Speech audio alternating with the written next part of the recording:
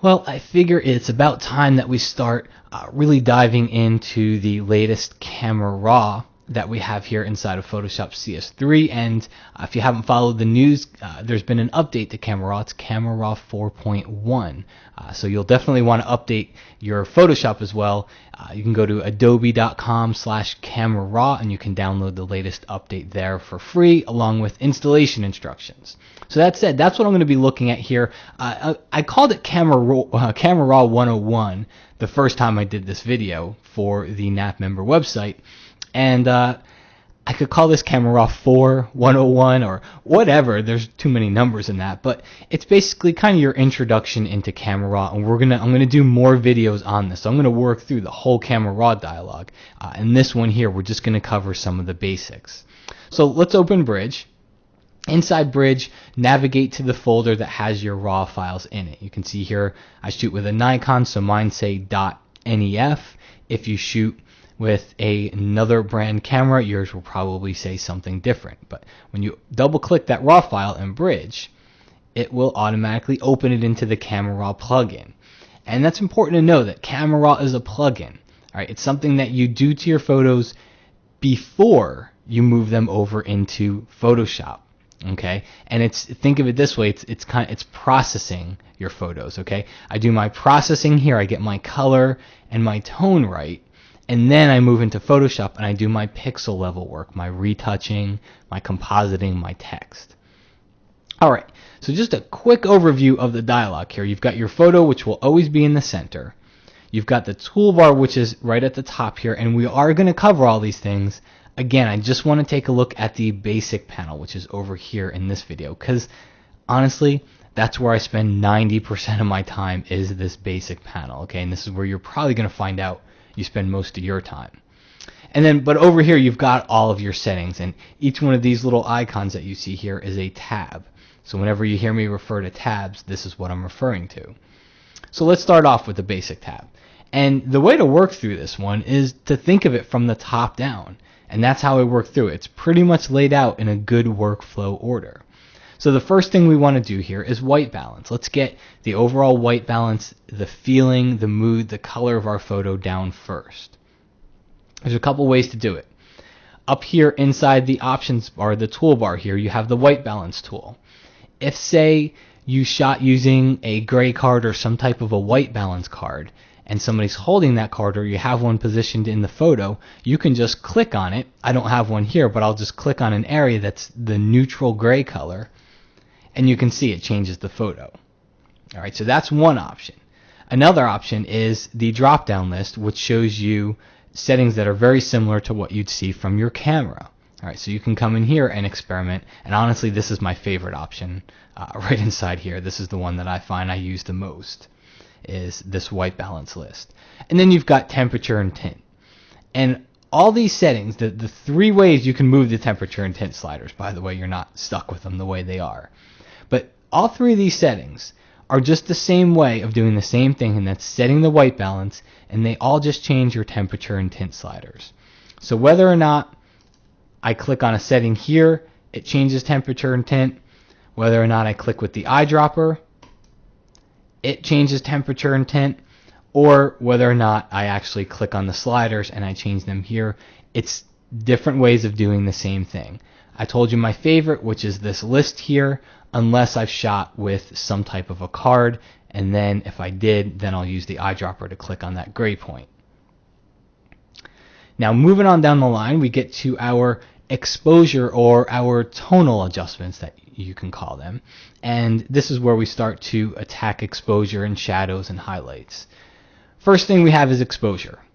The way this one works is a lot like the levels adjustment inside of Photoshop. If you look inside the levels adjustment, you'll see that there's a white slider on the right side. This exposure is a lot like that. It's going to focus on this part of your photo, and if you look at my histogram, see the histogram over here, you can see that I'm missing all this information. The histogram really could go all the way up to here. So I'll take my exposure slider and I'll drag it and watch the histogram. It's just like moving that white slider inside of levels, okay? And what you're doing here is you're actually saying, now this is my white point. Okay, this is where I want my white point of my photo to be. you've also got these little hints right below it. It's a gradient. And I know if I drag it to the right, white, drag it to the left, dark. So brighter, darker. Okay. Little keyboard shortcut for you here. If you hold down the Option key on the Mac, Alt on the PC, and you drag, you'll see here, see what happens? See how it starts to show me, it turns black, and whatever I see now means it's being clipped. It's a highlight clipping warning. All right, so it's a quick preview area for you to see where you're pushing all the detail toward white. All this is being pushed to white.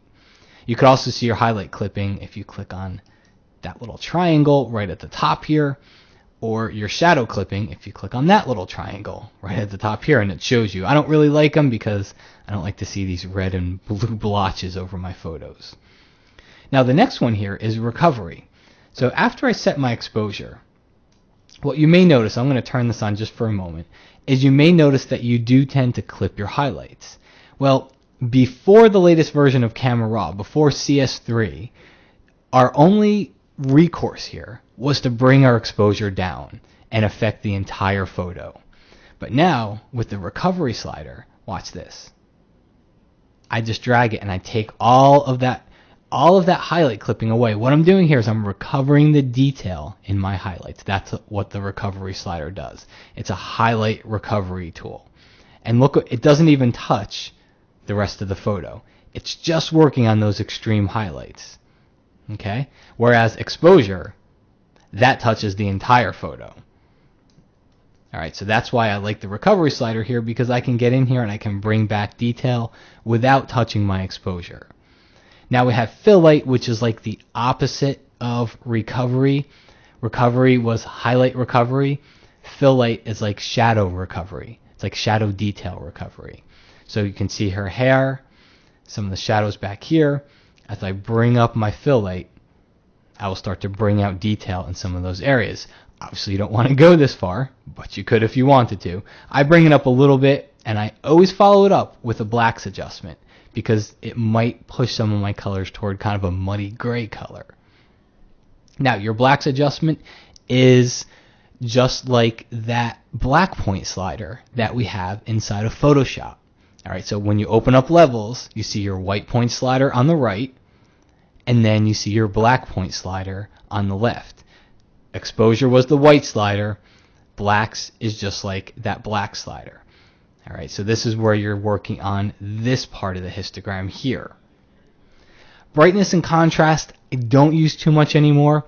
Contrast especially because I like to use the tone curve for that, and we're going to cover that in another video because that's pretty much a topic all of itself. But brightness, where exposure tends to work in the highlight in the brighter parts of the photo, brightness is kind of like an overall brightening.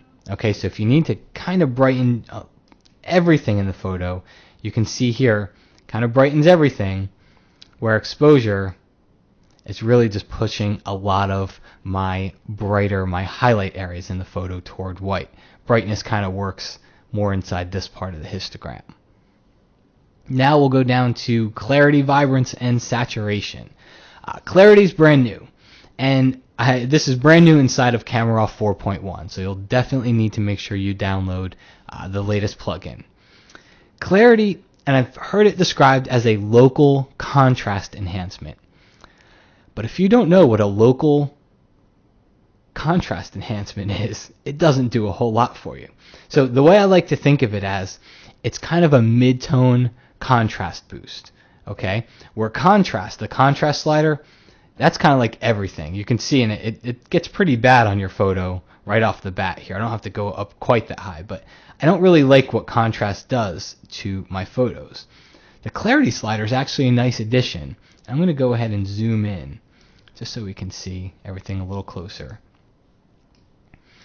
And watch what the clarity slider does. And it's real subtle, but it's nice. See that? I'm going to kind of just bounce back and forth. This is 0, 100, 0, 100 again. It's subtle, but it's effective. It's hard to explain. And if you look at the histogram, watch how it moves. This is at 0. This is at 100. See how that it kind of just spreads the histogram out a little bit. So that's what they mean by local. It's just mainly geared toward those mid-tone areas, toward the mid-tone gray areas of your photo. And I find it gives a nice, kind of almost a nice sharpening / contrast boost to the photo. And you can see how it works on skin as well as on the texture over here. All right, so it does give a very, very nice little setting over here. The way I use it, you want to be in at least 50%, if not all the way in at 100%. And I'll tend to just look at some of the edges here.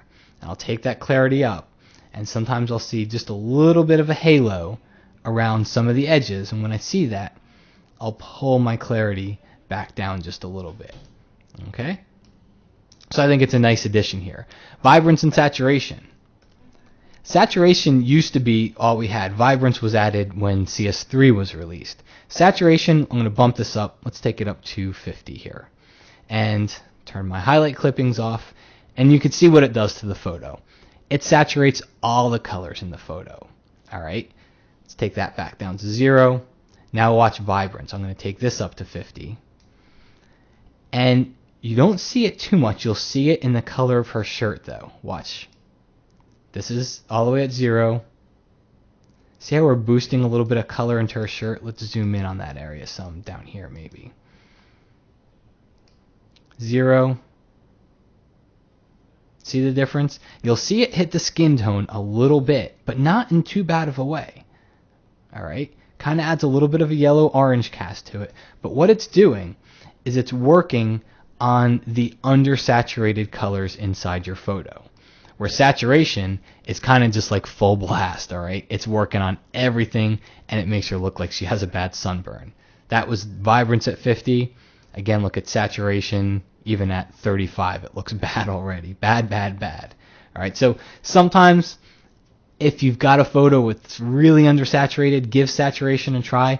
If you've got photos of people, though, I think you're going to like vibrance a lot more because it tends to leave those skin tones intact while really just attacking some of the undersaturated colors inside the photo. Okay, folks, so at this point, we've seen the basic tab here. This is where I spend 90% of my time here in Camera Raw. When I'm done, I have two options. I can open the image inside Photoshop if I want to do my retouching or my compositing or any of the pixel level work, all right? Or I can click Done. If I click Done, watch what happens in Bridge here. See how it updates the preview? And see that little icon? That means I've made edits to this RAW file. Camera Raw remembers those edits, so when I double click, it brings me right back to that same dialog box with those same edits. So I don't have to do anything. All my processing changes are done. If I do decide I want to work on it in Photoshop, I can click on Open Image. At this point, I won't be working on the RAW file anymore, though. At this point, I'm working on a Photoshop version of this file. And what's going to happen here, after I do all my retouching and whatnot, if I go to File Save, you're going to see down here I've got to save it in a different format. I won't be able to overwrite my RAW file with maybe doing all my retouching and my pixel editing and my text and my compositing. That's not what RAW is for. RAW is for what you saw us doing earlier. All of your processing work, you go into Photoshop to do anything that is right down to that pixel level, okay? And you can't overwrite that original RAW file. It's always safe. It's always right here. No matter what I do to this Photoshop file, this RAW file is always safe right here, and it always will remember my changes. It's non-destructive. If I double click on it to open it back up, let's go ahead and close this one down. If I double click it to open it back up inside the Camera Raw dialog, you will see that I can come in here and bring my exposure back down. I can push it back up. I can do whatever I want. And the last thing, I can always click this little pop-out menu here. Let's move it into view here. And I can always come down and say reset Camera Raw defaults. And that brings me right back to the point right out of the camera as this photo was shot. Okay, no Camera Raw adjustments applied to it. I'm going to click cancel because I don't want to save those settings. So there you have kind of a basic introduction to Camera Raw. And as I mentioned earlier, we're going to be looking at everything in the coming weeks. I'll show you all the new stuff all the cool stuff that you'll find that you'll use often, but really most of what you saw here, that's 90% of what I and a lot of the pros out there that I know, we get away with doing everything inside that basic tab, and then we move on to some of the other tabs if we need to. But you really learn most of what you'll need in this video here. So hope you enjoyed. Stay tuned here on the site, and we will put up more